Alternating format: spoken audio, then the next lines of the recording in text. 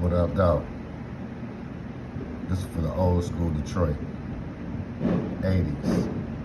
Back in the day, if you wanted to get some sweet fireworks, you had to go to Canada or go to Ohio. Remember those days? You couldn't get a whole bunch of dog fireworks. You had to go out and get them. Back in the day, you could probably get like some sparklers, some jumping jacks, some bottle rockets, smoke bombs.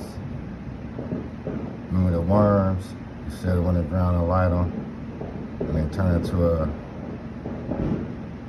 mess.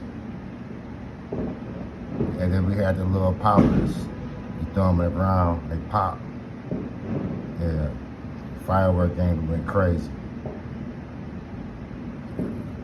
When did that become a thing though? You can go to the neighborhood store and just get like